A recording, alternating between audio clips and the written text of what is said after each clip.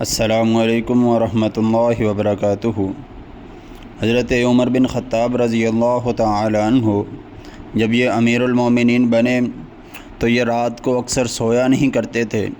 غلام اسلم ان کا جو غلام تھا وہ بیان کرتا ہے کہ یہ رات کو جاگ کر مدینہ کے اندر چکر لگایا کرتے تھے۔ ایک رات جب یہ مدینہ کے اندر چکر لگا رہے تھے، گشت کر رہے تھے، تو انہوں نے دور دیکھا کہ ایک جگہ پر ایک لائٹ چل رہی ہے جو اس سے پہلے وہاں پہ موجود نہ تھی۔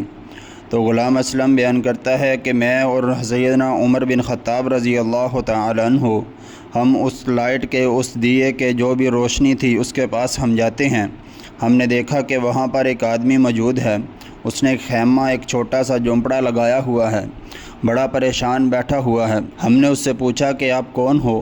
وہ بندہ آگے سے کہتا ہے کہ میں دور سے آیا ہوں، میں ایک مسافر ہوں، میری بیوی جو ہے وہ حاملہ ہو چکی ہے، میں یہاں پر کسی کو بھی جانتا نہیں ہوں، کسی کو پہچانتا نہیں ہوں۔ سیدنا عمر بن خطاب رضی اللہ تعالی عنہ اپنے گھر کے اندر جاتے ہیں اور اپنی زوجہ کو، اپنی بیوی کو جو خاتون اول تھی ان کو اپنے ساتھ لے کر آتے ہیں۔ حضرات، یہ بیوی سیدنا عمر بن خطاب رضی اللہ تعالی عنہ کی، جو سیدنا علی المرتضیٰ رضی اللہ تعالی عنہ کی بیٹی تھی، سیدنا فاطمہ رضی اللہ تعالی عنہ کی بیٹی تھی، اور حسن اور حسین رضی اللہ تعالی عنہ کی بہن تھی۔ یہ سیدنا عمر بن خطاب رضی اللہ تعالی عنہ کی بیوی تھی۔